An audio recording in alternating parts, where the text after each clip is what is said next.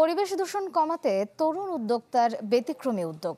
পটুয়াখালীর দুমকিতে সুপারি খোল দিয়ে তৈরি হচ্ছে পুনঃব্যবহারযোগ্য থালা, বাসন, চামচ সহ বিভিন্ন তৈজস। এই উদ্যোগে কর্মসংস্থানও তৈরি হচ্ছে অনেকের।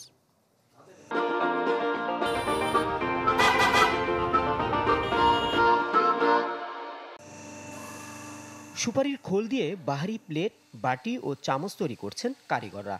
প্লাস্টিকের বিকল্প হিসেবে বেশ জনপ্রিয়তা পাচ্ছেন এসব পণ্য। উদ্যোগটি নিয়েছেন পটুয়াখালীর দুমকির তরুণ উদ্যোক্তা তকির আহমেদ। বন্ধুদের সাথে নিয়ে গড়ে তোলেন আলপথ লিমিটেড।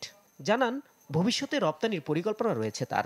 তো আমি চিন্তা করতে থাকি যে আমি এমন একটি পণ্য নিয়ে কাজ করব যেটা 100% ন্যাচারাল হবে এবং একই সাথে 100% বায়োডিগ্রেডেবল হবে। মানে both natural, biodegradable and eco friendly, and কোনো গাছ কাটার কোনো প্রক্রিয়া টোটাল প্রসেসের মধ্যে থাকবে না। তো তখন আমার মাথায় সুপারি খোল নিয়ে আমি জিনিসটাকে পাই। যেহেতু আমরা সবাই জেনে যে খোল কখনো কাটা লাগে না গাছ, এটা অটোমেটিক্যালি আপনার ন্যাচারালি ফলেন। বর্তমানে এই কারখানায় কর্মরত আছেন দুমকির 20 জন নারী ও পুরুষ। প্রথমে আমাদের ট্রেনিং নেওয়া হয়েছে 1 মাস। এরা এসে আমাদের শিখিয়ে গেছেন কিভাবে সুপারির খোল দিয়ে দৈনন্দিন আসবাবপত্র তৈরি করা যায়। দৈনিক প্রায় 1000 খোলের পণ্য উৎপাদন হয় এবং বাজারজাত করা হয়। আমাদের এখানে 20 জন কর্মকর্তা কর্মচারী সর্বমোট আছে। আগে এখানে এটা কারখানা ছিল না, নতুন তৈরি হয়েছে, তার জন্য আমরা এখানে সবাই কাজ করতে পারি।